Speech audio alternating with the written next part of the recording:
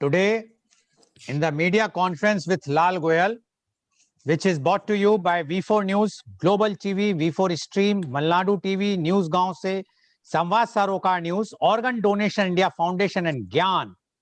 Our endeavor is to enlighten you the current topic. And as you know, elections are on. So today our topic is Kerala elections. Kerala is a state on the southwestern Malabar coast of India. It was formed on 1st November 1956 following the passage of the State Reorganization Act by combining Malayalam-speaking regions of the erstwhile states of Travancore, Cochin and Madras. Spread over 38,863 square kilometer, Kerala is the 21st largest Indian state by area. One moment, please.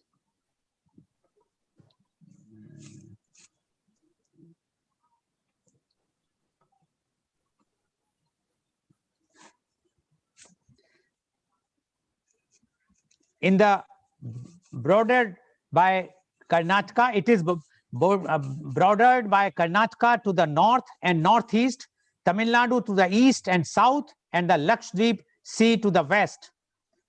With 3 crores 33 lakhs 87,677 inhabitants as per the 2011 census, Kerala is the 13th largest Indian state by population. It is divided into 14 districts with the capital being Thiruvananthapuram. The 2021 Kerala Legislative Assembly election is scheduled to be held in Kerala in April 2021 to elect 140 MLAs to the 15th Kerala Legislative Assembly. The election will be held on 6th April 2021 and results will be declared on 2nd May 2021. The tenure of the members of the 14th Legislative Assembly in the state will end on 1st June 2021. In the previous election in 2016, the Left Democratic Front (LDF) had won the election, bagging around 2/3 of the total seats in the assembly, defeating the incumbent United Democrat Front (UDF) led by the Indian National Congress (INC), which could only win 47 seats in the election. The BJP won only 1 seat, and the remaining seat was won by an independent, Mr. P.C. George, who later formed the party Kerala Jan Paksham Secular. The United Democratic Front (UDF) is an alliance of center to center left political parties left by the Indian National Congress. The Left Democratic Front (LDF) is a coalition of left-wing political parties led by the Communist Party of India, Marxist CPIM. The National Democratic Alliance (NDA), led by Bharatiya Janata Party, is a coalition of right-wing parties. The Left Democratic Front is an alliance of left-wing political parties. It is one of the 2 major political coalitions in Kerala, the other being the UDF, each of which has been in power alternatively for the last 4 decades. LDF is currently in power. The coalition consists of CPIM, CPI, and a variety of other smaller parties. United Democratic Front is an alliance of central and center-left political parties in the state, created by the prominent Congress party leader K. Karnakaram in 1978. National Democratic Alliance (NDA) Kerala unit was constituted in 2016, which is a coalition of nationalist political parties in the state. The coalition consists of BJP, BDJS, and a variety of other smaller parties. The political significance of the assembly polls underway in Kerala will decide the destiny of two traditional rivals of the CPM and Congress that have dominated the political space for decades now. While the winner will survive, the loser could fall apart and cede ground to a rising BJP in the days to come. Equally significant and disturbing is the increasing criminalization of state politics. So while parties and fronts are engaged in parleys for dividing seats and picking contestants, a serious concern is there is a little talk of fielding cleaner and better candidates. According to the analysis by the Association for Democratic Reforms, 65% of the outgoing MLAs are facing criminal cases and 21% have serious criminal charges pending.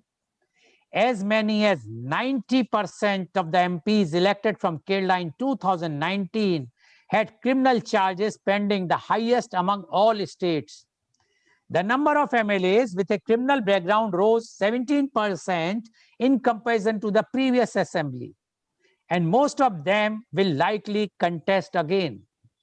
A group of women activists has demanded that those with a history of violence against women and known for their anti-women instance be kept away from the fray, but parties are unlikely to pay attention. Given how leaders from Kerala take pride in presenting a progressive picture of the state, highlighting its socio-economic parameters in contrast to those of other states, this poll should be treated as an opportunity to set an example.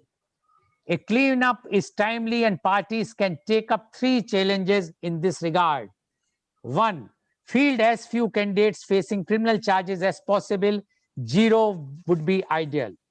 2. Pick more women to contest.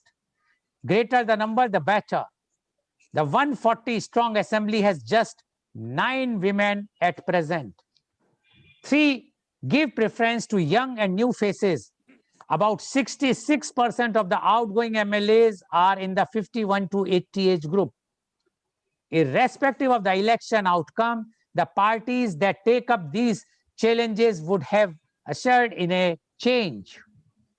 If not, this could turn out to be another usual electoral exercise that perpetuates the biases and flaws normally associated with the politics in this country.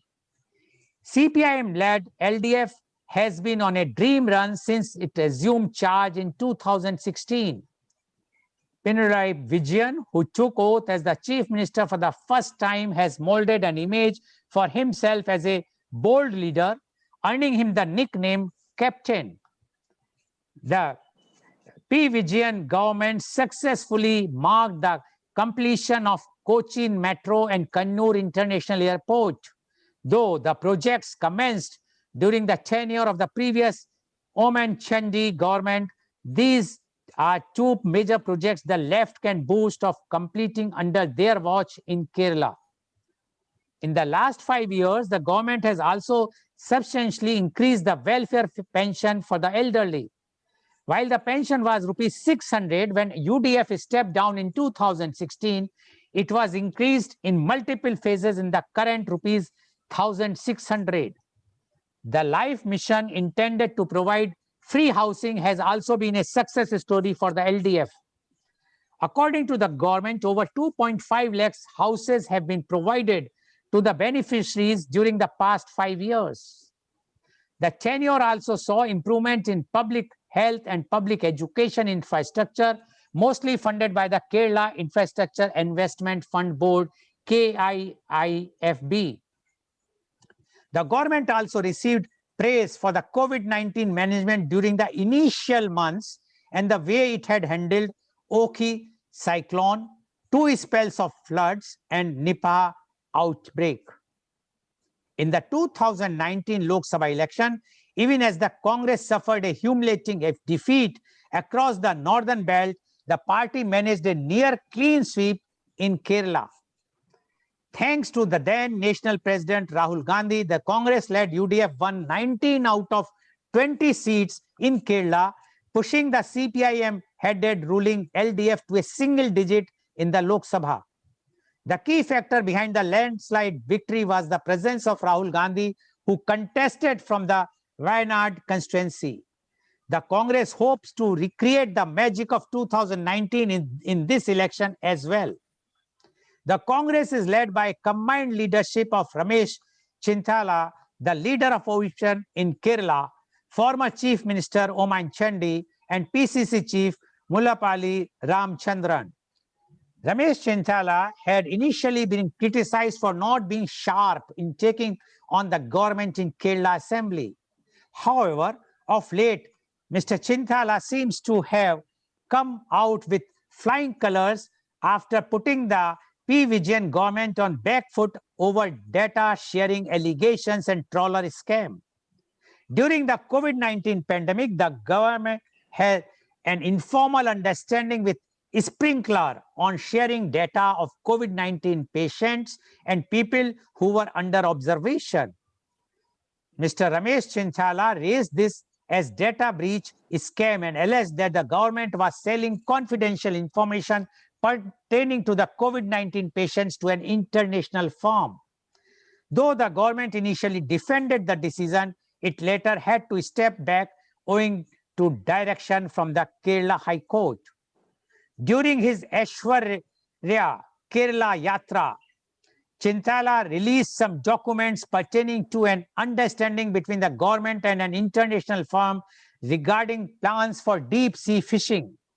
The government, which initially claimed that it had nothing to do with the deal, was caught red-faced after more details of a deal with a government entity to build over 400 fishing trawlers emerged. Ultimately, government was forced to step back from any association in the deal. The Congress, which has realized the opportunity to cash in on the fishermen vote bank, is throwing a full-fledged campaign focusing on fishing community in the state. Rahul Gandhi, who was in the state recently, had a long interaction with the fishermen in the Kollam district of Kerala. He also ventured in the sea with fishermen. The Congress believes that the presence of a popular leader like Oman Chandi, along with the national leader Rahul Gandhi, will be sufficient to woo the voters in its favor and outpower P. Vijayan. Kerala for long has remained an unconquerable fortress for the Bharatiya Janata Party BJP.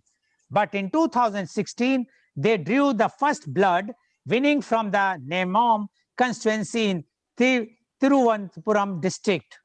Veteran leader O. Rajgopal emerged victorious after a series of losses in many previous elections. The BJP firmly believes that it can certainly conquer Kerala at least by 2026. But for that, they need to emerge as a viable opposition in the state at least by this election. The BJP in the last few years has managed to gain a considerable hike in their vote shares. While the BJP had polled only 6.03% vote in 2011 election, it managed to increase its vote share to 14.93% in 2016 polls.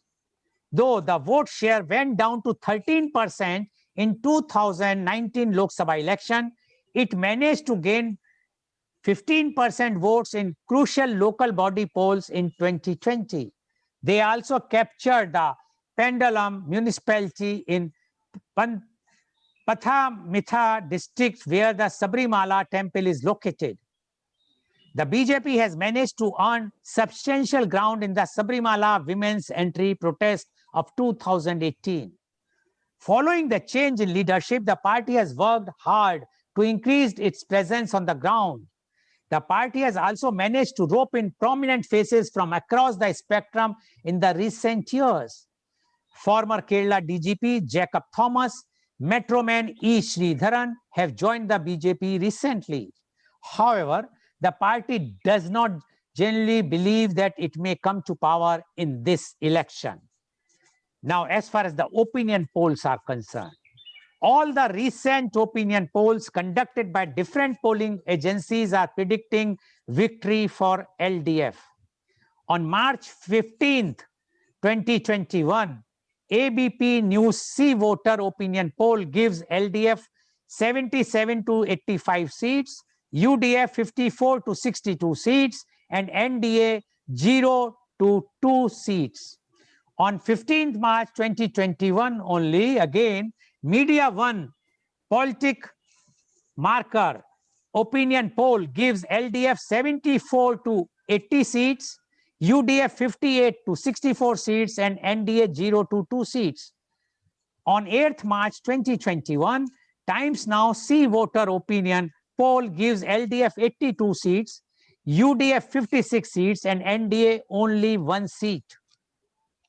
Now, to discuss today this topic that about the Kerala election, we have a panel of those who are from Kerala only, those who have experience in different fields, but they have seen the Kerala politics very, very closely. They are very experienced, learned, and very vocal about their own views and their impartial views as far as what is going to happen in this Kerala election 2021. So I would like to invite my first guest, and he is Dr. P.K. Abraham.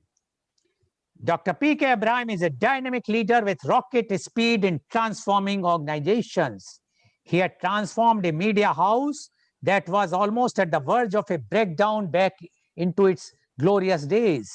Rashtra Deepika Limited was totally reformed under his leadership during 90s. While he took leadership, the company had first Malayalam daily Deepika with 2 editions and a children's magazine and a huge balance sheet of liabilities. Dr. Abraham had totally expanded the company by bringing hundreds of youngsters into leadership roles and creating strategic revenue models around each of them. He had become the founder editor of largest circulated Malayalam evening daily Rashtra Deepika and founder editor of Krishna Khan, the first agricultural magazine in Kerala from the same media house. He had started a film magazine that has become a hit overnight. Women's magazine, career magazine, etc. were started one after the other under the same umbrella brand. Almost 25 years later, today Dr. Abraham maintains the same spirit of dynamic and strategic leadership, transforming establishments one after the other. At present, he is the CEO of the True Coat Paints, Kochi. Dr. Abraham was General Manager of Fertilizers and Chemical Travancore, properly known as FACT Limited. He was Director of the famous MacFast Business School in Kerala and Dean of Xavier Institute of Management, Bangalore. Welcome, Dr. P.K. Abraham on our show. Dr. P.K. Abraham, you have heard the report which I read, which was very, very clearly mentioning about the composition of the 2016 assembly, and it also gave some picture about the UDF, LDF, and NDA. And I have also given the opinion polls conducted by different agencies as late as 15th of March, that is day before yesterday. Now, we would like to know from you your views about the Kerala elections. Dr. P.K. Abraham, please. Thank you, Editor Goel, and my fellow panelists, Dr. Uman and my friend, Mr. Arun. In fact, our editor, Goelji, has given a description or a massive descriptive analysis of what is happening in Kerala election scenario now. And I don't think there is much left for me to say. Can you hear me now? Yeah, yes, please go ahead. Am I audible? Yes, you are audible. Can you hear? Yeah, we can hear you. Go ahead, please. Because we have some net. Okay. As our analysis given by the editor, Kerala became an independent single state only in 1956, and the first election came in 1957, in which the undivided Communist Party of India, CPM, it was undivided at that time, came to power. And Mr. E.M. Shankaran Namboodiripad, a very legendary leader of Communist Party, maybe one of the, if you count about 10 outstanding world leaders of communism, E.M. Shankaran Namboodiripad may be one among them. He became the chief minister, and the communist government took charge in 1957 with a massive mandate from the people. And they brought in their initial dynamism and enthusiasm to outstanding and revolutionary legislation. One is a land ceiling legislation in which the landlords were asked to give their excess land to the landless, and also an education bill. And both these have massively or disrupted the establishment or the people who were so far getting advantage in society. Because in the Kerala society, you can see, as in any other feudal society earlier, pre-independent and even after independent, you could see that it is a revolution of the feudal society in which you have two kind of factions in the society. One is the house, the people, rich people, establishment oriented people, the rulers, the beneficiaries, and the other, the downtrodden, the backward, the have-nots. Or you can see the one part, the slaves and the tillers and the toilers. The other part, you can see the slave owners or the landlords or the kulaks. But these two legislations massively or disrupted the situation, and there was a huge opposition against the first communist government, and all the then privileged classes joined together. The landlord, the wealthy people, the religious people, the establishment, every right-wing people joined together, or the rich people, right-wing establishment people joined together, and there was a massive protest. And at the end, 1960, the government was dismissed by Pandit Jawaharlal Nehru under Article 356. Okay, after that, again, after 6 months, there was election, then the elections was going on, and in the next election, the right-wing Congress and their coalitions came. Then it is again changed in 70s. But by 77, there was a firm two groupings. One is led by the Congress as a dominant party, and then other, the Muslim League, and the other communist. By the time the communist was divided, and there was CPM and CPI. So you had the LDF, or the Left Democratic Front, LDF, which is led, or the prominent faction is the CPM, and you have the UDF, or the United Democratic Front, where the prominent fraction or the prominent piece or the prominent leadership is the Congress. So in 1980 onwards, the 1983 election, actually, the LDF came to power. Then after that, every 5th year, the LDF came in 1981, then 87 UDF came. Then every 5 years, the alternating was going on. LDF 5 years, UDF 5 years, LDF 5 years. So in 2011, you had the UDF. And then, of course, as the toss is for LDF, the 1916 LDF came, and Mr. Pinarayi Vijayan became the chief minister for LDF. Now, after 5 years, the people are looking who will come back. As per the toss, left,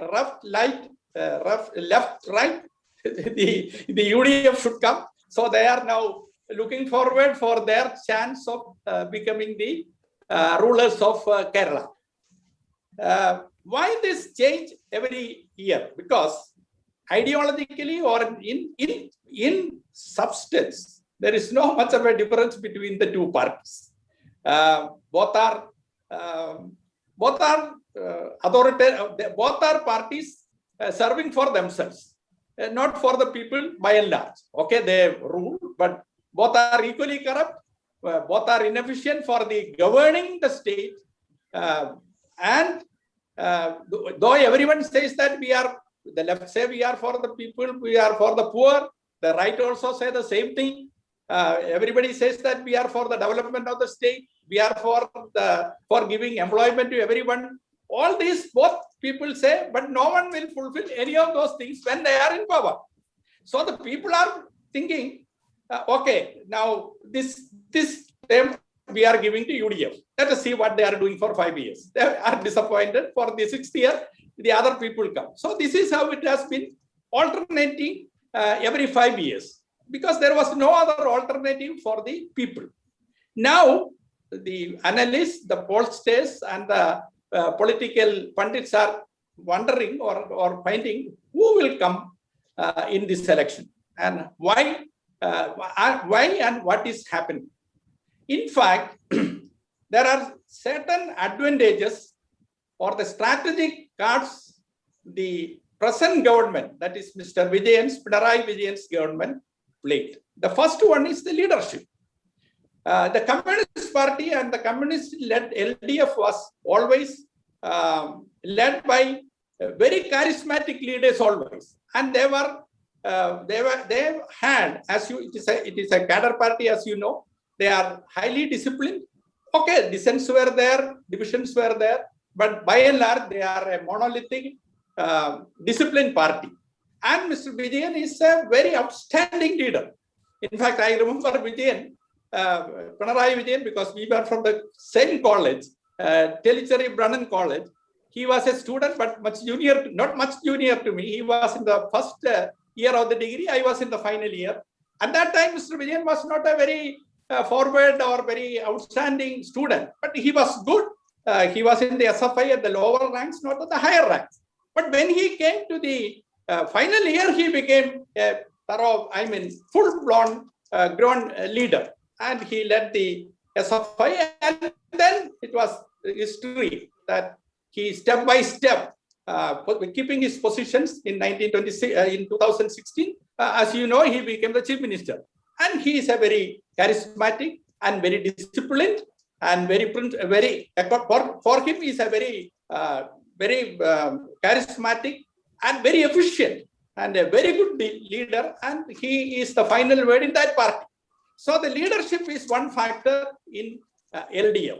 Whereas in UDF, you can see, as our leader, our editor himself said, there are 4, 5, 6 voices. You have the Woman Chandi, the undisputed one of the leaders. You have the Ramesh Chanditala. You have the Mullapalli Ramachandran. You have the Sudhakaran. You have so many people, Murali, and a large number of leaders who think equally they are more than the leaders. So there is always faction fight, A and I.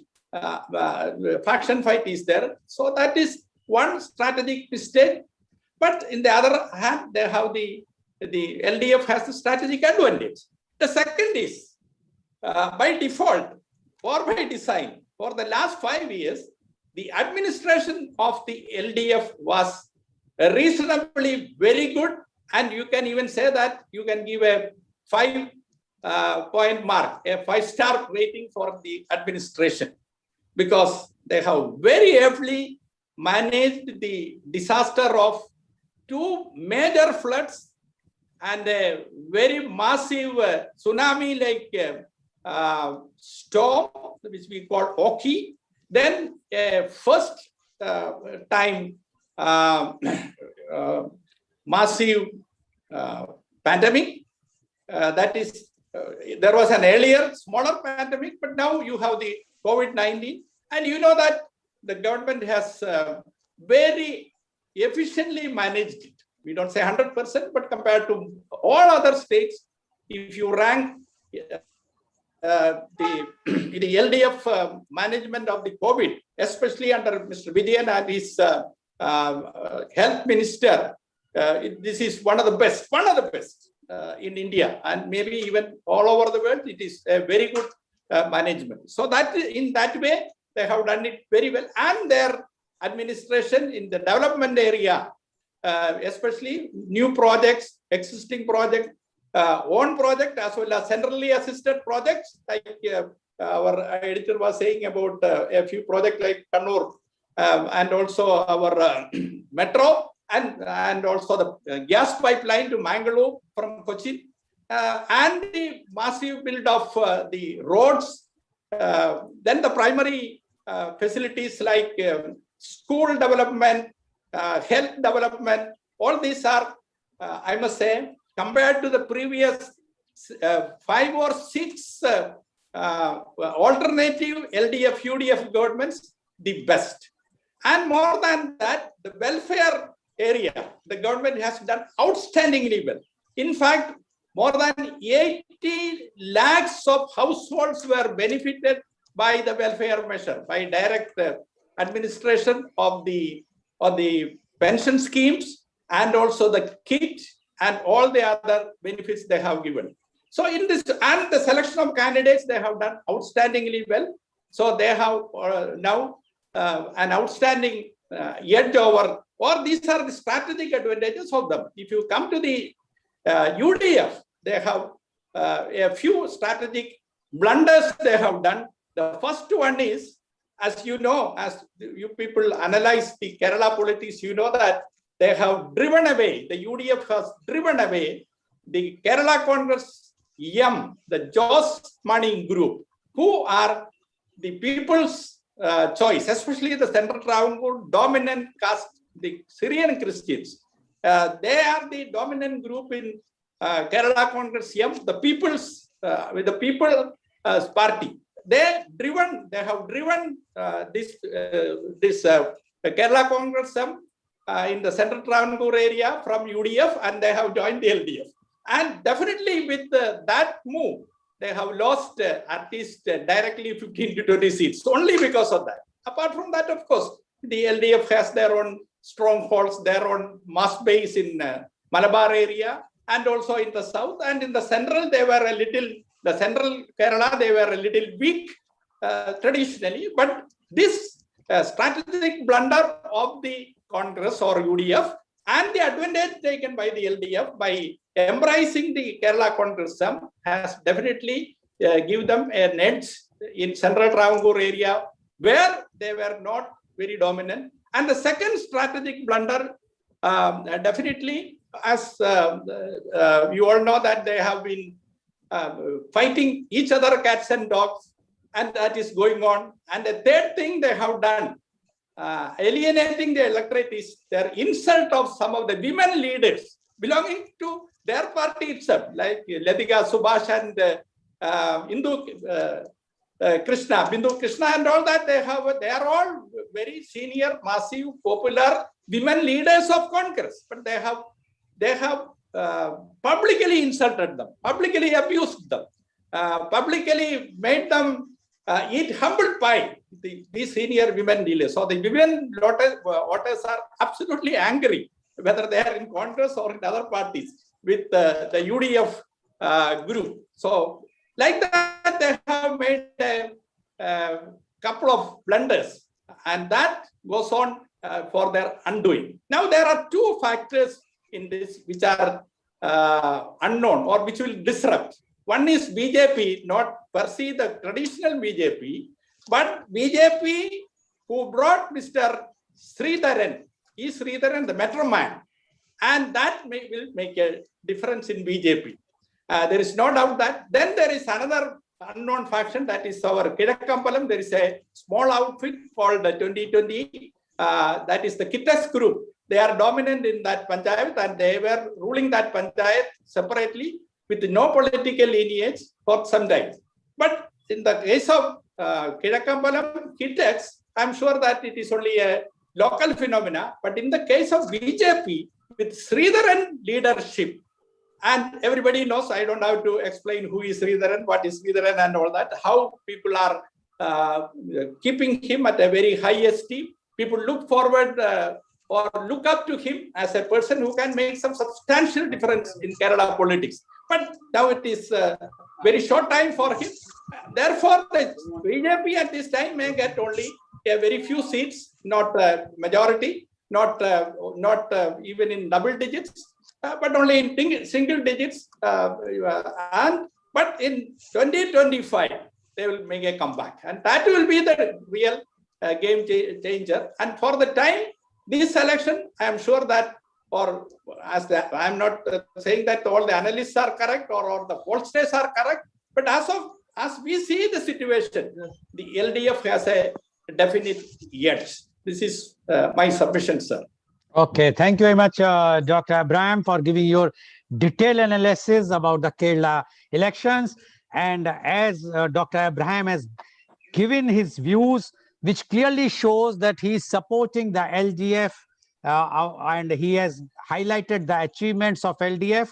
He has mentioned the drawbacks of UDF, and definitely the BJP, according to him, stands nowhere in this election. So Dr. Abraham has given his views, which is clearly leaning towards LDF against UDF and BJP nowhere. Thank you very much, Dr. Abraham. I would need not to summarize because you have given in details. So I would like to invite my next guest now. My next guest is Professor Dr. Omen Memon. Professor Dr. Memon is MBA, MPhil, PhD. He is the former Dean, Naipunya School of Management. He has done his PhD in Management from Utrecht University, Amsterdam, Netherlands. He is the visiting professor of Illinois University, USA, and University of Lund, Sweden. He is the resource person of Faculty Development Program Trainer, Management Consultant. He is having 42 years of experience in corporate and academics, 17 years in academics, and 25 years in teaching. His specialized area is spiritual intelligence in management. And now, at present, he is the COO of Allen and Haber at Kottayan. Welcome, Professor Dr. Omen Memon, to our show. Professor Dr. Memon, you have heard Dr. P.K. Abraham, who has clearly mentioned and explained why LDF is going to be going to rule the Kerala state for next 5 years, and UDF is lost the chances because of the infight and other things, which he has already given details. And he has also mentioned the BJP doesn't have any chance, although they have invited or included the Metro Man, Mr. Sridharan. Thank you very much, Dr. P.K. Abraham, and welcome, Professor Dr. Omen. So, Kerala elections, Professor Dr. Omen Memon, please. Thank you for the warm welcome and nice words about me, Mr. Goel. Good morning, Dr. P.K. Abraham. I visited you long back at your MacFast, once or twice, long back when you were the director MacFast. I don't know whether you are remembering me. Of course. Yes, thank you. I remember. Yes, sir. Yes, sir, I remember. Thank you. And I'm sorry, I must say, I don't know much about Mr. Arun Lakshman, but I have seen he's got a high profile. And I'm a little nervous. At the same time, I've been very specifically asked to be unbiased. That is what the instruction I have been given. Dr. Omen, I just unbiased means you have to give the fair picture what is happening in Kerala. That is what we mean unbiased. We do not want that bashing one party or bashing other party. No, we want a real analysis What is your views? Yes, please. Sir, I'm coming to the point only, Mr. Goel. Yes, please. Still, I said with the instruction is there, I must be cautious about certain things. I must be very cautious about certain things. I must say, I'm the son of a freedom fighter. I'm from a very strong Congress family. So I can never deny or never agree with certain policies and certain politics and certain polities. We had legends and legendaries ruling this state, right from Patanda Anabilla, R. Shankar. Then we have the great comrade EMS. Then we had Mr. Comrade Achyuta Menon. We had K. Karunakaran, like so many legends ruled this country. We all focused, I think all these people focused on development of this state. And look at the current situation of this state. What is happening here? In the last 2 months, so many dramas are happening. So many dramas. Ethically, where do we stand? We talk too high about our culture, our ethics, our principles, and where do we stand? The entire system or the ruling of a party, of a ministry is what do you call, toppled down or brought in because by way of honey traps. I don't know whether I can use that word, honey traps. And that's what's happening for the last 2 decades. The same thing is happening. So don't you think that the standard, the culture of the Keralites are coming down a bit? Or they are too cautious to politics rather than politics? It has become a politic. I feel it is a politic. That is what's happening. We have seen so many things happening in the last few days. Somebody shaving their head. Dr. P.K. Abraham was saying that. Dr. P.K. Abraham was again saying about Mrs. Bindu Krishna. She has been already awarded, given a place in Goel constituency. If somebody is a strong party member, why should she or he claim about certain seats? If you are accepted by the people, the positions will come after you. Here you can see the rat races. So many factors influencing others. So many factors. When I talk about the so many factors, one of the factors is the communalism. I'm so sorry to say that one of the party president, when announced the candidature, he was stating, we have got so many percentage of OBC, so many percentage from Hindu, so many percentage from Christian. Why India being we claim we accept everything and anything.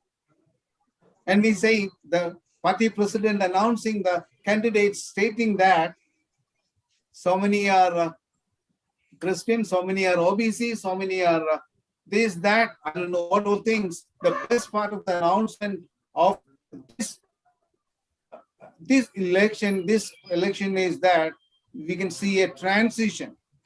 More youngsters are coming into the picture. That is the best part of this election. More than 55% of the candidates belongs to the age group of 25 to 50s.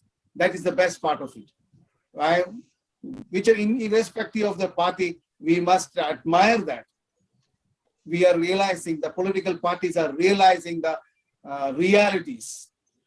Age, of course, they say, I think Dr. Abraham will stand with me. Once you are 45, your creativity slowly comes down. That is what the management guru says. Once it is done, 45, cross 45, because you become very cross resistant. But now the latest theory again says once you cross 60, you will be again more creative. Your experience can bring out more things. That will be there. But the positive part is that a transition is taking place. A transition in all the parties is taking place. When you look at UDF, of course, there is a lot of commotions are happening in relation with the candidature. Look at LDF, there also you can see so many commotions happening. Look at NDA, there also they can't even find proper candidates. Of course, they might have, at the moment, as of yesterday, they could have even find proper candidates for certain seats. So this is the thing. This is the situation. The picture is not yet clear. Then how can we predict what is going to be the result of the election? The picture is not yet clear. Almost 70%, 80% it is announced, but certain things are, we have to wait for, I think, at least 1 more week to make a concrete analysis. Again, if a 2% swing in the voting percentage can change the entire fate of any party. And Dr. Abraham was talking about the development. For the last so many years, we were talking only about the development. I don't know how many of us are aware about the development started coming in from by NRIs. I'll not say current NRIs. I say it started from 1999 onwards. That too from the ladies of the women folk of Central Travancore area as nurses went abroad and brought in revenue. Subsequently, the men folk also followed them. So the development came through them. And the projects he was talking about, I don't think the disaster management was the right way. It was not rightly handled. They could have done better. 2018 flood, what has happened? I personally, been a part of the disaster management or disaster rescue team. I've been on my own vehicle, I visited certain camps, I can see chaos. I can see thorough chaos in so many camps. I've been personally, I use my credit card. I never want to reveal how much I spend. It's my pleasure. I mean, I'm not boasting about that, but the experience it has given me, it showed, it was a direct reflection of the status of disaster management. What happened recently, last 2019 flood, Munnar and all, what's happening? We don't have an effective disaster management. I think most of the Malayalis must be knowing Vaikam Muhammad Bashir. In one of his novel, there is a famous character, Ettugali Mammunya. With all due respect, let me say, he owns the illegitimate pregnancy of everyone, or illegitimate pregnancy in the society. That was the character. That is what's happening now. That he was talking about lastly the first inaugural session of Pinarayi Sarkar, the LDF government was inauguration of the metro. It was not the project of Communist Party at all, LDF at all. It has been brought by the UDF. Okay, forget about those things. Anyhow, the common man started benefiting from those kind of those things. But what is happening with the PSC? We say all the parties boast too much about the PSC and empowerment and all those kind of things. But it's a fact that we had a PSC. The PSC has been formed in 1935. That's the history. 1935, the PSC has been formed in Kerala by Sri Gitara Tirunal. Then onwards the PSC is there. Recruitment is being done by the PSC. So it is there. So how can, what is happening right now? PSC has been sidelined. It has been sidelined and nothing is happening with the PSC. NRIs are sending money. We are not allowed The NRIs are not allowed to, or anyone is not allowed to run a business in a peaceful manner. Unwanted interruptions are there. Honey traps, of course. I don't know what is happening with our people. Mr. Goel was stating around 78% criminal members in assembly right now. I'm not sure about it. I'm not sure about it. Is Kerala is that bad, or Kerala people are that ignorant about the facts that 78% of their leaders, their representatives are criminals? That is something we have to look at. But it's a fact. Everybody is dipping his finger in the honey pot. When can we make the changes? We need youngsters to rule this place, rule this country. We don't need the colors of the flag. As Dr. Abraham said, the outfit 2020. Why don't such outfits comes in each locality? Work for the development of each locality. It should have been like that. But we are not here to discuss about those kind of outfits. But they are also going to influence the election result of this assembly election. They are going to influence.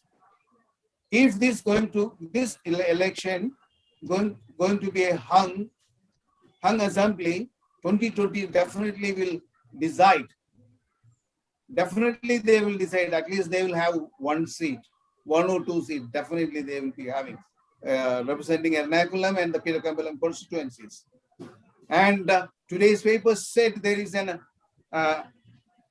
unwritten or unannounced agreement between the CPM and the BJP. So what is our morality?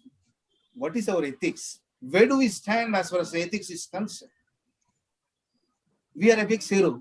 I think I feel so ashamed about myself. I'm a part of this society. I want to make changes. I'm for the changes. But how are we going to bring in the changes?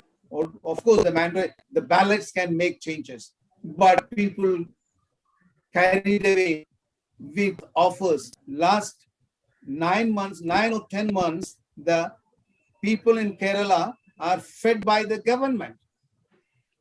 And the government says it is because of their efficiency or their care for the lower BPL people or for the people. It is my tax. I paid the tax for the money for those things. I paid for it. It is not free. It is not free. The pandemic situation, exactly, we don't know what is happening. They are trying to make it as a USP to win over the election. As if the other day I have seen a troll in a social media saying a rat trap, placing a bit of it is visualized just like that.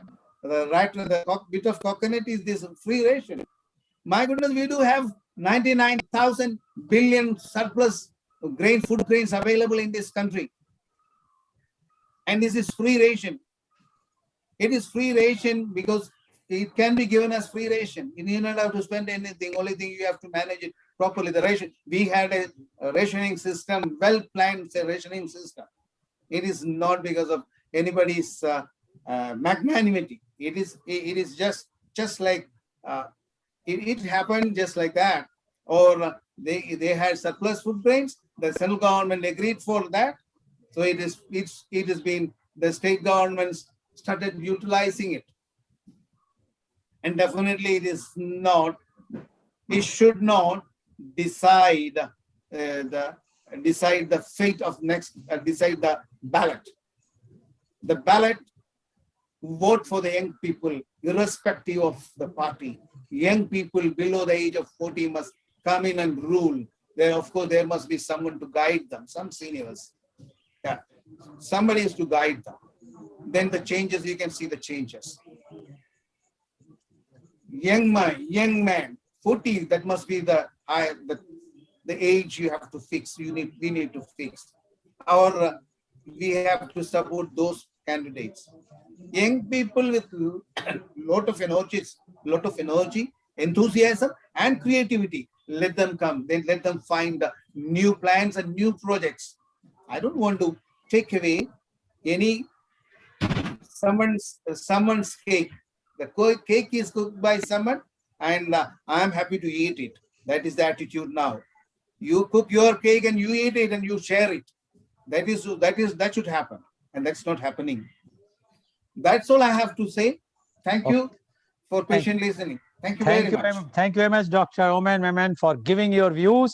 And Dr. Memon's views are against or contradicting what Dr. Abraham has said. And Dr. Abraham, who has supported the LDF, Dr. Oman, although directly he has not supported, but he indirectly he was supporting the UDF, and he has given all the details about the shortcomings of the LDF government, the rule for last 5 years. And his main view is that please elect the youngsters, the youth, who are going to change the scenery of the state and the country. And he has given lots of details, which I would not like to highlight. But one thing is very clear, that two panelists who have spoken, one totally in favor of LDF, the another in favor of UDF, but no one has spoken in favor of NDA, that is the BJP.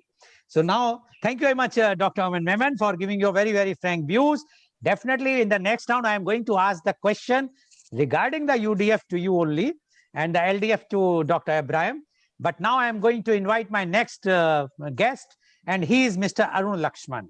Mr. Arun Lakshman is the director of Center for Policy and Development Studies, a think tank based out of Chennai and Thiruvananthapuram, focusing on social, economic, political, and strategic studies. He was officer on special duty to Minister of State for Law and Justice in Atal Bihari Vajpayee government. He is a freelance journalist and was former Kerala resident editor of The Pioneer. He worked with the New Indian Express as well as with Sea Voter opinion poll agency Rediff.com.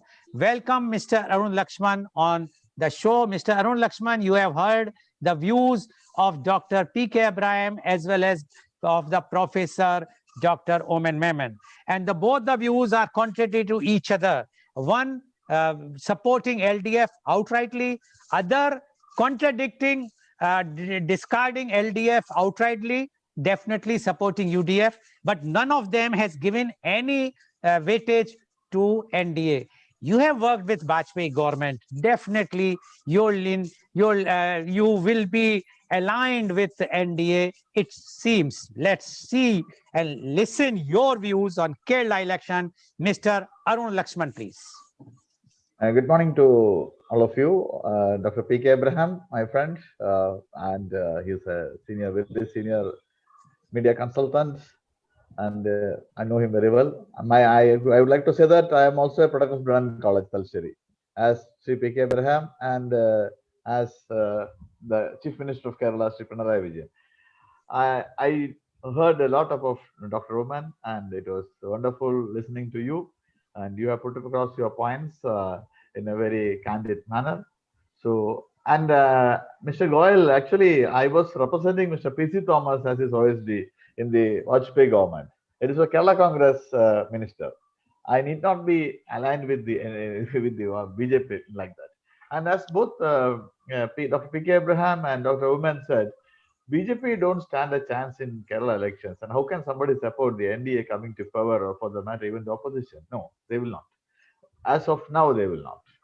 There are several other social factors which the BJP has to overcome if they are serious enough. Not riding a chopper from Mangalore to Manjeshwaram constituency and from there again to Koni constituency by the state president of the BJP will make a difference for the BJP in Kerala. So first of all, we can rule that out, and but they can make a difference. They can make a difference. The electoral prospects of the LDF and UDF, there can be a difference from the BJP. And today's revelation of R. Balashankar, he is very senior to me. He is a journalist based out of Delhi. He was editor of the Organizer. He was the bureau chief of the Week. He was the bureau chief of the Financial Express in Delhi. So Balashankar ji is a very senior person. and he was in and out of RSS. He was 11 years editor of the organizer. He was in Kerala for the past 1 month in Chenganur constituency, which is an A-class constituency as far as the BJP is concerned. And even the Malayalam Manorama, the most read newspaper of Kerala, they had come out with a big story of R. Balashankar contesting from Chenganur. And the BJP state president was telling the media yesterday that I was not aware of R. Balashankar as interest in contesting a seat in Chenganur. So pity of him. Balashankar was a very senior leader, senior person, and he has all the right to contest an election. And even if he is not being given the seat in Chenganur constituency, an A-class constituency of BJP, of course he is bound to criticize. The criticism has come out, but I don't agree with Balashankar's statement that there will be an access between CPM and BJP for all that matter. Because I come from Talsheri, my hometown had witnessed a fierce political war, a political battle in the field, not ideological, it is physical. More than 100 people lost their lives. And the Kerala Chief Minister is accused as a first accused in a political murder in Talasheri, our hometown, in 1969, killing a Janasangh activist. So the cadres, even if the BJP and the CPM leadership goes for such an agreement, the cadres they will never agree. They can never agree on that. Even if the BJP can transfer votes to the Congress, even if they can align with the Muslim League, or even if they can align with the Kerala Congress, they will never align with the Communist Party for that matter. They are not that much magnanimous to go for a Communist Party alliance. I don't think such an alliance is going to materialize, and such a strategy will not work. And even Chief Minister Pinarayi Vijayan has ruled out yesterday's evening press conference that there is no such deal. Of course, he can say only like that, but it's a fact. They cannot go for an agreement. Now coming back to the electoral politics, the electoral results of April 6. I am not somebody, or rather, we are not somebody to gauge how the people is going to vote in an election. But we can say some sublime or something at a superficial level. I do think it is not a cakewalk for, as Dr. P.K. Abraham has said, a cakewalk for LDF. No, it will never be a cakewalk for LDF. In the 2019 Lok Sabha election also, the same thing was the same situation was in Kerala, except for the COVID. Other factors were there. The disaster management, the OK management, everything were there. And to surprise of everybody, the Congress, or rather UDF, won 19 seats out of 20. And even in the Alappuzha constituency, they won by a whisker. That is the 20th seat, left won by a whisker. So 19 seats, the UDF won. They won in a huge margin. The CPM bastions of Vadagara, our hometown, they lost the seat. The strongest candidate, P. Jayarajan, he is the darling of the CPM cadres, even though not for the chief minister. He lost the election. And they lost Kasargod. Kasargod is again a strong candidate. It's a CPM district secretary. He was contesting there. They lost the election. They lost the another constituency of Calicut. Again, a very strong bastion of CPM. They lost Palghat. The young MP of CPM, MB Rajesh, he lost the election. So you cannot say that the Pinarayi Vijayan government is coming back. Kerala has never that history. The opinion poll states that 82 seats, Seawater. It was my alma mater. I worked in Seawater.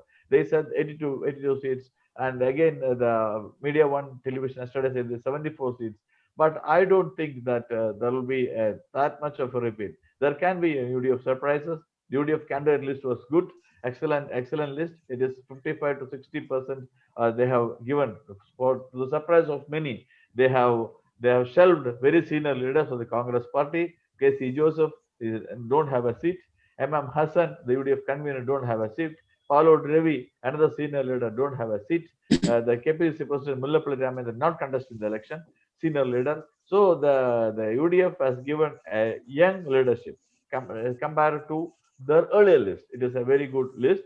So they will give a tough fight, or rather, they can even win through. Not unlike what these opinion polls are saying, but the BJP can make a major difference. See, there will be the upper class voters of Kerala, the Nair community especially. The Nair community was traditionally the vote bank is for the Congress, and BJP can eat into that votes. BJP may get in 30,000-40,000 votes in a constituency. That means Congress will have to go above that fact. And that will be a major factor, maybe in 10 to 15 constituencies at the least. It can go up, and the Congress has to make up. But the Congress has a positive advantage, or rather, UDF has a positive advantage. They have the Muslim League is contesting 27 seats. Out of 27 seats, you can guarantee 20 seats. 20 seats, the UDF Constituent Muslim League will win for sure. And the Kerala Congress, Dr. P.K. Abraham was saying that's a major factor. He is from that part, and that factor is very crucial. UDF should not have, or rather, the Congress should never have pushed Jose K. Mani out of them. What is the problem? They could have accommodated him. They gave him the Rajya Sabha seat, sacrificing the senior leader P.J. Kurian. They gave the Rajya Sabha seat, and after all these things, they should not have allowed Jose K. Mani to move out of the UDF. Even after he had heard, or he and his party got all the abuses from the left, because their senior leader K. M. Mani was what to say, abused left, right, and center by the left as a cheat, as a thief, as a cheat. He was the finance minister of Kerala, and the Kerala Assembly had witnessed uproarious scenes when the CPM man tried to prevent the then finance minister K. M. Mani to present the budget in the Kerala Assembly in the last assembly. Not this one, that session when Newman Jain was chief minister. So the UDF should not have given the Kerala Congress to the LDF. That can be a very deciding factor. But even then, there is another Kerala Congress faction of Vijay Joseph. They will win some seats. Of course, they will win some seats. In Todupuzha, Joseph will win. In Kaduthurthi, Mons Joseph will win. All those seats, it's a guarantee seats. They will win. So that means 20 seats. UDF the Muslim League has 20 seats. Then the Kerala Congress will win some seats. Then there will be the RSP Shibu Baby John is on a winning streak in Kundara. In this constituency. And so it is not a very, Dr. Abraham, it is not a cakewalk for the LDF. And coming back to the LDF government's policies, of course, Pinarayi Vijayan is a very tough administrator, very senior leader, and he has a good administrator. That there is not much of a contention. But COVID and all, COVID, they gave a lot of hype in COVID. You see, I am a journalist, I'm a working journalist. I am now working with the IANS. Sorry to update this thing. I'm working with Indo-Asian News Service now. This COVID, there was a major PR exercise as far as COVID is concerned. The Kerala Health Minister is portrayed in Washington Post. She has been projected in several other newspapers across the globe. Unfortunately, the situation turned. The COVID cases picked up, and the government was flattering. Not flattering. They were flattering on the merits of the health minister. Unfortunately, in the grassroots, in the ground, situation was not as what was made out in the media, especially in the national media. There were flaws, and recently only the 3-4 states where COVID cases were mounting, Kerala is one, and the central government health department has to come out, and as fact checking was done, and had to take a whip, and after that only the COVID cases recently, maybe the past 1 month, the results have again the COVID cases started dipping in the state. So in between there was a hike, and so that has created a problem in Kerala. And the management of COVID, I cannot say that they have done a meticulous management. No, they have not done. And as far as Oki is concerned, the coastal belt was totally in that. Even chief minister, or rather the fisheries minister, they were not allowed to step in by the coastal residents of Kerala in the Trivandrum belt in Vizhinjam area. And another thing that can affect the left government will be the deep sea trawling deal, which first the government denied. The fisheries minister said bluntly that I have not met anyone from the EMCC, the American company. He said, I have not met anyone. But the opposition leader brought out a photograph wherein she was sitting and discussing matters with the EMCC people. So that lie was exposed. Again, chief minister said there was no deal. There was a press release. There was a press release from the PR department that 400 trawlers will be constructed in association with the EMCC. The press release was there. And then they are denying that we have not entered into. This means in deep sea, the fish they get the catch and they sell it across in the big ships. They will not, the catch is not brought to the shore. Fisherman is totally out. So that fishermen are totally out. That means the coastal belt will be affected, and they are a very volatile community. They will vote en bloc according to how the leaders talk to them or convince them. Unfortunately, the left has not been able to properly convince and communicate to the coastal belt, which have 41 seats in Kerala. For the results of 41 seats in Kerala, have a causal impact, and that is not, unfortunately, in favor of the left. But I don't say that there will be a walkover for the UDF like the last elections. It can be a neck and neck race.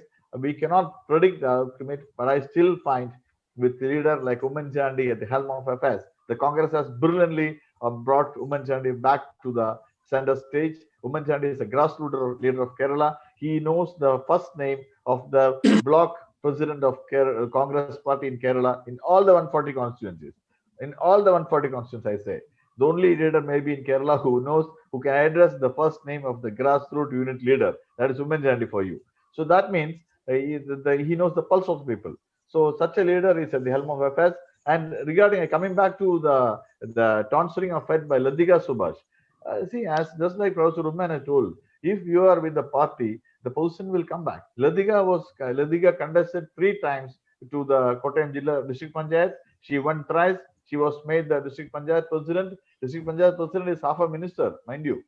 And her husband Subhash was given a seat in the last assembly election. He lost. Ladika contested the assembly elections against a high-profile candidate, V.S. Achyutanandan in Malambura.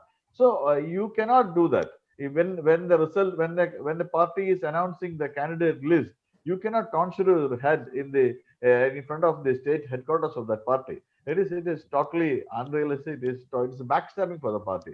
They were all up that we are releasing a good list, and unfortunately, this woman was coming out in the media and tonsuring it. All was dramatic. And if she was so cared about Congress party, she should not have contested in Etumanu constituency.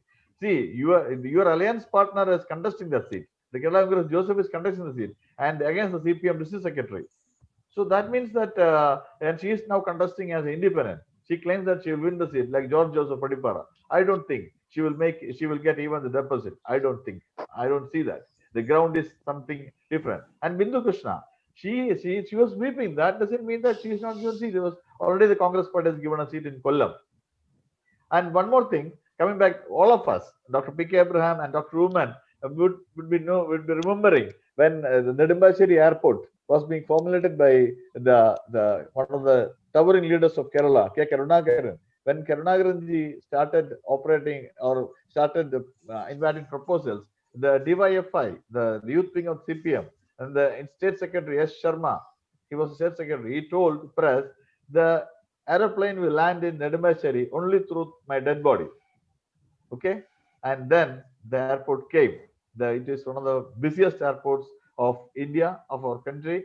It is a PPP model. It came, and the next elections, maybe in 10 years later, when the left government came to power, the same Sharma, being the minister of Kerala, was the chairman of the Sial airport.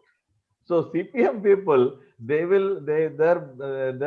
light will burn in their heads after 10 years or maybe 20 years. They were against the computers. They were against the tractors. They were against development. But of course, all our bygones, and Pinarayi Vijayan government has done a lot of things for development. But unfortunately, that doesn't make the left to come to power or repeat power. It's a uphill task to repeat power structure in Kerala, because people you should understand that any research agency, you can ask any research agency, when an international brand is coming to India, they will first take a research report from Kerala, how the state is responding. Then only they will sell that product in this country. So such a state, they have the people, each and every people is a journalist. Everybody is citizen journalist. Everybody knows the inside. You don't need to be educated. You don't need to be a graduate. You don't need to be a postgraduate or doctorate to be that. People have sense. They have the sensibility, and they will vote. They will vote according to the sense properly. And I don't think that the left will repeat. It will be a neck and neck race. And of that, there is still a slight edge for UDF. I don't know in how many days it will come. And I am not an UDF man. I am not an UDF man. I will tell that. And I come from a communist bastion in Talsheri. Okay. Thank you. So this understanding. One more thing I'll tell you. Yeah. This I have pointed this out, that there can never be, I underline the word, there can never be an understanding, either clandestine, covert, or overt understanding between the CPM and the BJP, even if there is an understanding of the BJP with the Muslim League, which of course can happen. But no, never with the CPM. That is 100% certainty, because a lot of people have given their life or sacrificed their life because of the draconian politics practiced by CPM. And I don't know whether Dr. P.K. Abraham knows the Brennan College of those days. I don't know. Our Brennan College days were totally different. It was the SFI monopoly. You cannot say anything else to them. It's the SFI monopoly which they practice even in Talseri. There will be even after all this electronic voting machine, all the you can understand the polling officer of Kasargod had complained what the Uduma MLA said in the written local body elections. He told the polling officer, both your legs will be chopped off if these people are not voting. One person is coming and voting and again and again. When he objected that, the MLA came right up to the booth and told on the face of the polling officer, he had given a complaint. And that polling officer is again a CPM man. He was not a UDF or an RSS man. He was CPM man. So this is the situation in Kerala. This is my understanding. It can be an economic race, and maybe a very 1%. There is an edge to UDF now. Okay, thank you very much, Mr. Arun Lakshman. And Mr. Arun Lakshman clearly says that's a neck-to-neck race. Don't say he has contradicted Dr. P.K. Abraham. He says it's not a cakewalk for LDF. He says the UDF is having edge over LDF, and he has given all the details. But one point he has mentioned very clearly, that there is no linkage between the CPM and BJP. Thank you very much, Mr. Arun Lakshman, for giving the details. Now, because of the paucity of time, I am now going to the next round straight away. My questions to Dr. P.K. Abraham. Dr. P.K. Abraham, you have spoken a lot about LDF. I am sure that everybody have heard the name of Swapna Suresh, the kingpin in the gold smuggling case, has now informed the custom department during her interrogation that P. Vijayan was very much involved in the gold and dollar smuggling case, and that he was in direct touch with the consulate general. And you also know that the secretary of the chief minister is already been taken. Now, what Mr. Arun Lakshman was emphasizing here is the clue. The clue is that there is an understanding between BJP and the chief minister. That's why he was not being interrogated in custody till now. Why? When the accused has given a statement very, very clearly. No, sorry, Mr. Arun, I'm coming to Dr. now P.K. Abraham. I will come to you. Dr. P.K. Abraham, it shows there was an understanding between BJP and the CPM to keep UDF away. And that's why that case, which was highlighted by BJP very much, every now and then, so much discussions were on, has been put in the cold storage for last few months, just before the elections, when the understanding. What you say about this, Dr. P.K. Abraham? See, the corruption cases for the last 3 or 6 months, starting with Swapna Suresh and the gold smuggling, then other things like the sprinkler, then the deep sea fishing and all that. These kind of allegations or this kind of corruption cases and the honey trap situation was always there. There is nothing new in that. If it is Swapna Suresh for this ministry, LDF, there was our great, I don't say inverted comma, not great, the fabulous Sarida and the Sola for Mr. Woman Jandi and his entourage. So there is nothing very huge or any special about this kind of corruption. It was there in LDF time, it was in UDF time, right from even the time of Panampalli Govinda Menon, the Andhra Ari Kumbakonam onwards.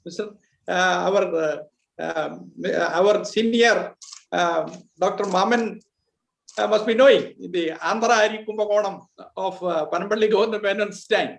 So these corruptions and allegations are always there. And about what Arun said, about is there a understanding between communist and the BJP? I am absolutely sure there cannot. Being from Talcheri area, you know that how the relationship between this RSS and BJP on the one side and the communists on the other side. It was a you kill one, I kill two, you kill two, I kill four. This was going on for a very, very long time. Even now, in the inside, there is not much of a difference. And even when I was in Brennan, Mr. Pinarayi was not in the junior class, but he was quite active, and SFI was there. But KSU was the year in which I left the college. The union was captured by the KSU, not by SFI. I was an independent candidate for the chairmanship, but of course, I and the SFI, both of us are lost, and the KSU won. But then later, the SFI took over, and they have become more vociferous and more active. What I was saying is not a cakewalk for LDF. I was only saying, what are the strategic blunders done by UDF, and what was the strategic advantage created by the LDF? You know, any general wins the war on strategy and its implementation. In that way, I was pointing out that strategic blunders committed by the UDF and the leadership model or the leadership. Okay, there was legendary leaders, and even now with the UDF. Thank you, Dr. P.K. Abraham. I have to stop you because and the advantage of the UDF will win. Dr. Abraham, I have to stop you in favor of LDF. That's all what I said. Dr. Abraham, thank you very much. I have to stop because yes, there's a question, and then I will be coming back again to you. But you have not answered my state question. It doesn't mean, if suppose somebody was corrupt or honey trapped, doesn't mean that the present leadership should also be honey trapped and corrupt. If what is the use of the voting, then we should say he was also corrupt, I am also corrupt, and you will be also corrupt tomorrow. So what lesson we are giving to the youth today? Is this the correct way of the democracy? If this is the democracy, then this is a shame on democracy. If we will term that other person was corrupt, he was also honey trapped, I am also honey trapped. No, we have to assess the correct picture. That is what my sense was. Anyway, thank you very much, Dr. Abraham, for giving your views. Now my question to Dr. Oman. Dr. Oman, you have mentioned very nice about UDF. If everything was nice, why recently Mr. P.C. Chaku, the former member of parliament, resigned from Congress? Why so much friction is taking place when everything is everything is under control, and Mr. Rahul Gandhi is on the helm of the affair? And when you got so many seats, 19 seats, a clean swept in the MP election, why in the local bodies the percentage has gone down? Mr. Professor Dr. Oman, please. Please unmute. Please unmute. Please unmute. Please unmute. But time is short, so 1 minute answer, please. Yeah, I'm making it very crisp. First about P.C. Chaku. P.C. Chaku, a person without roots, a person who idle and be in the shade of Delhi High Command. Why should he come to the people? Naturally, it's a natural death out.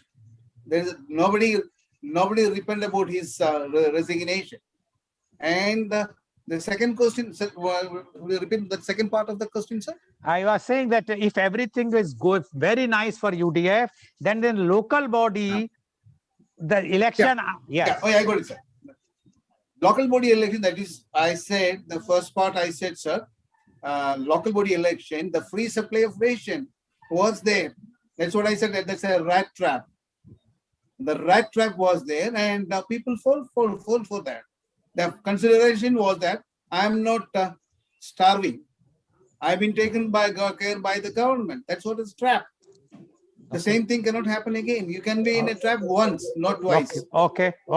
Thank you very much, Professor Doctor. Now my question to you, Mr. Arun Lakshman. Although you have given a caveat, a disclaimer that I have nothing to do with the BJP, but you being in that time with Mr. Advani, Mr. Murli Manohar Joshi, Mr. Yashwant Sinha, everybody was thrown out above 75. Why this gentleman of 88 years old has been taken in the BJP field, and you might be knowing, you are sitting there, so much infight is going on among the BJP. How you expect the BJP will be the reckoning force in the next 2026 if they could not manage properly this time? How they are going to be there in 2026? Mr. Arun Lakshman, please. I will answer your first question. This Sridharan.